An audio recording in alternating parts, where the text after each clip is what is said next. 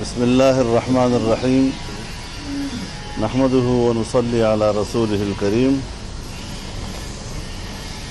میرے لیے نہایت قابل احترام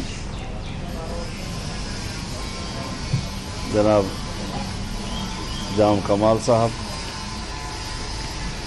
جناب شبلی فراز صاحب اور ان کے وفد میں شامل تمام میرے احباب، میرے دوست، میں انہیں اپنے گھر میں خوش آمدید کہتا ہوں. ظاہر ہے آپ جانتے ہیں کہ سینٹ میں چیئرمین سینٹ کے خلاف ایک عدم اعتماد کی تحریک آ چکی ہے اور اس کا فیصلہ بھی آل پارٹیز کانفرنس میں ہوا تھا، تمام اپوزیشن جماعتوں کے اتفاق رائے کے ساتھ ہوا تھا. اور ظاہر ہے جی کہ اس حوالے سے اپوزیشن بھی ایک لمبا سفر کر چکی ہے. اس مرحلے پر میرے یہ قابل احترام تشریف لائے ہیں. کیسے ممکن ہوگا کہ اس مرحلے پہ ہم ان کی خواہش کو پوری کر سکیں گے، تحریک واپس لے سکیں گے. میں نے ان سے درخواست کی ہے کہ صرف یہاں آپ کا تشریف لانا وہ ظاہر میرے لیے باعث اعزاز ہے، لیکن کافی نہیں ہے.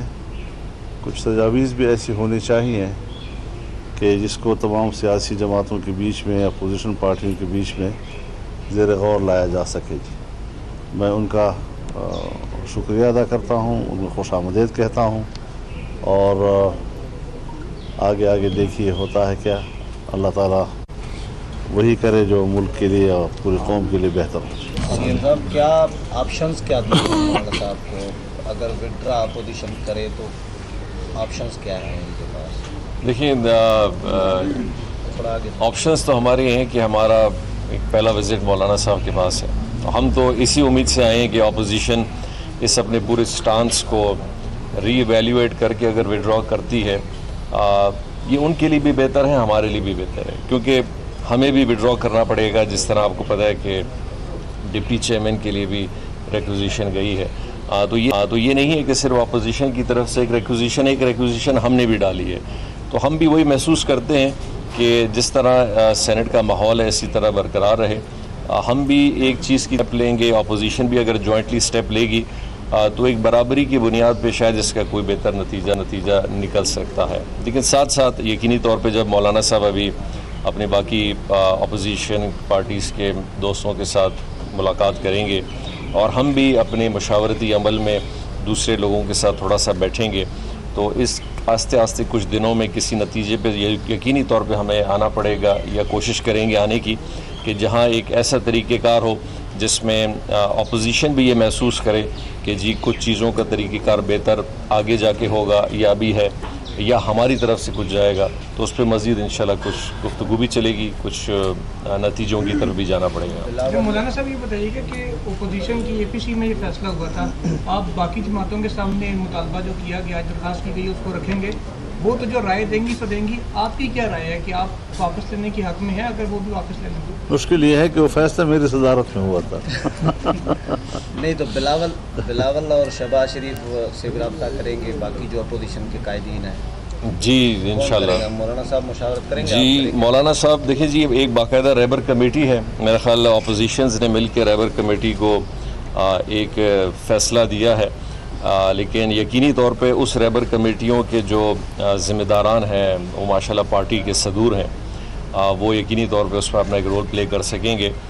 آج مولانا صاحب سے ہم نے یہ بھی درخواست کی ہے کہ وہ بھی اگر اپوزیشن سے ہماری طرف سے اگر پیش رفتی کریں گے تو اس میں کوئی کبات نہیں ہے، اور ہم بھی کوشش کریں گے کہ جن دوستوں سے رابطہ کر سکیں گے. ماضی میں بھی کچھ کیا گیا ہے، مزید بھی اس کو آگے بڑھایا جائے گا.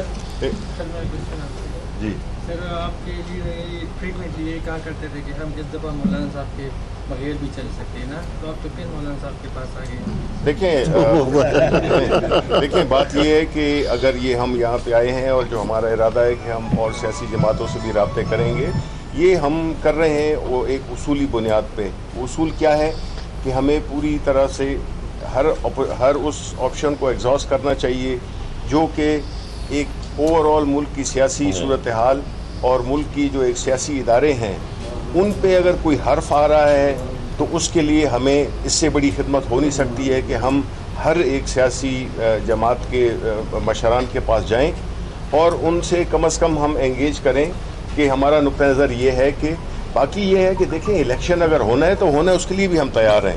یہ الیکشن ہو جائے گا، ہم دیکھ رہے ہیں الیکشن کے بعد کیا صورتحال ہوگی. چھوڑے یہ آپ کو بھی مشکل میں لا رہے ہیں، مجھے بھی مشکل میں لا رہے ہیں. بہت بہت شکریہ. فضل الرحمان والا بلوچستان جام کمال اور شبلی فراز اسلام آباد میں میڈیا سے گفتگو کر رہے تھے، اور شبلی فراز کا کہنا تھا ایک کوشش ہے کہ سینٹ کا وقار متاثر نہ ہو.